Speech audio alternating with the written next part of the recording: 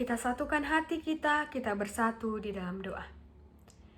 Terima kasih Tuhan atas setiap berkat dan penyertaan-Mu di dalam kehidupan kami hingga pada saat ini. Ya Tuhan, sebentar kami akan mendengarkan sebagian dari firman-Mu.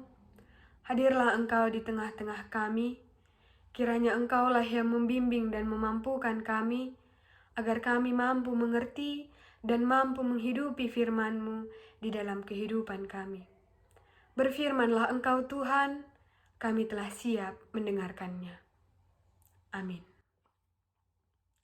Shalom Bapak, Ibu, dan saudara-saudari yang terkasih di dalam nama Tuhan Yesus Kristus. Pada pagi hari ini, 8 April 2023, kita disapa oleh firman Tuhan yang tertulis di dalam Yohanes 4 ayat 24. Beginilah firman Tuhan. Allah itu roh, dan barang siapa menyembah Dia harus menyembahnya dalam roh dan kebenaran. Demikian firman Tuhan. Bapak, Ibu, dan saudara-saudari yang terkasih, nats ini merupakan sebuah penggalan dari percakapan Yesus dengan seorang perempuan Samaria, di mana pada saat itu Yesus telah melalui perjalanannya yang panjang hingga ia tiba di sebuah kota dan beristirahat di samping sebuah sumur yang dikenal dengan nama Sumur Yakub. Di sumur inilah Yesus bertemu dengan seorang perempuan Samaria dan meminta air daripadanya.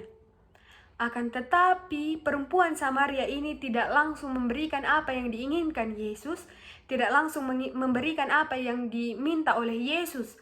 Karena perempuan Samaria ini menganggap bahwa ada tembok pemisah antar dirinya dengan Yesus. Dia menganggap bahwa Yesus adalah musuhnya. Pada saat inilah Yesus memberitakan dirinya dan juga memberitahukan kepada perempuan Samaria tersebut tentang penyembahan yang benar. Bapak, Ibu, serta saudara-saudari yang terkasih, nats ini membawa kita kepada suatu perenungan yang mendalam tentang bagaimana penyembahan kita kepada Allah. Apakah penyembahan yang selama ini kita lakukan adalah penyembahan yang benar? Apakah penyembahan kita itu adalah penyembahan yang benar-benar berkenan di hadapan Allah? Inilah yang ingin disampaikan oleh firman ini.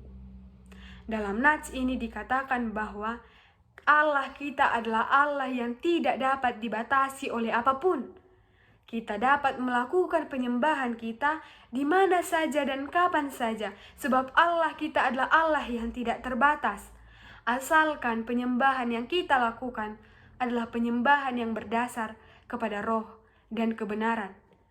Berdasar kepada roh dan kebenaran sesuai dengan apa yang dikatakan pada nats ini, harus menyembahnya di dalam roh dan kebenaran. Bapak, Ibu, saudara-saudari, ada kata harus dalam nats ini, yang artinya selain daripada itu adalah salah, selain daripada itu adalah tidak benar. Diibaratkan dengan sebuah gembok yang diciptakan sepasang dengan kuncinya. Ketika kita membuka gembok ini dengan kunci yang tidak sesuai atau kunci yang tidak merupakan pasangannya, maka itu tidak akan mungkin, itu tidak akan terbuka. Demikianlah dengan penyembahan. Ketika kita mengatakan bahwa kita menyembah Allah, namun penyembahan kita adalah berdasarkan keinginan, berdasarkan cara dan seturut dengan diri kita dan seturut dengan kemauan kita, itu bukanlah penyembahan yang benar. Ketika kita mengatakan bahwa kita menyembah Allah, tetapi itu tidak tercermin di dalam kehidupan kita, maka itu adalah penyembahan yang sia-sia. Itu adalah penyembahan yang tidak sesuai dengan firman Tuhan. Itu bukanlah yang dikehendaki oleh Allah itu. Di dalam nats ini ingin mengatakan bahwa sembahlah Dia di dalam roh dan kebenaran. Mengapa di dalam roh? Karena Allah itu adalah roh, dan hanya dengan rohlah kita mampu mengenal Allah. Seperti yang tertulis di dalam 1 Korintus 2 ayat 11. Tanpa Roh Kudus, manusia tidak akan tahu dan tidak akan mampu untuk melakukan apa yang dikehendaki oleh Allah. Lalu mengapa dengan kebenaran? Karena dalam penyembahan kita harus mempunyai pemahaman yang benar. Dan hanya melalui Yesus yang benar itu, Yesus Kristus itu, kita layak menyembah Allah. Sebab hanya Dialah jalan keselamatan. tanpa perantaran Yesus Sang Anak Domba Allah, tidak akan ada yang sampai ke sana.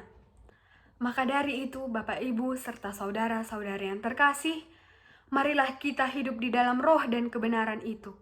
Marilah kita menyembah dengan kesungguhan dan segenap hati kita, hanya untuk dan demi kemuliaan Tuhan Allah yang telah kita kenal dan yang telah kita percayai. Janganlah hanya sebatas menjadikan lagu-lagu pujian, menjadikan ibadah minggu, ibadah keluarga, ibadah pribadi, dan lain sebagainya sebagai suatu formalitas kita saja sebagai orang Kristen. Tetapi lebih daripada itu, hendaklah kita memberikan diri kita sepenuhnya kepada Tuhan. Marilah kita melakukan penyembahan yang benar dengan segenap hati dan segenap yang kita miliki.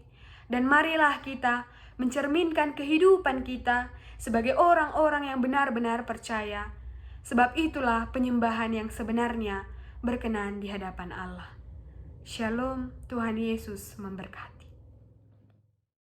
Kasih karunia dari Tuhan Yesus Kristus, serta kasih setia Allah Bapa dan persekutuan Roh Kudus memberkati dan menyertai kamu sekalian hari ini, esok, dan sampai selama-lamanya. Amin.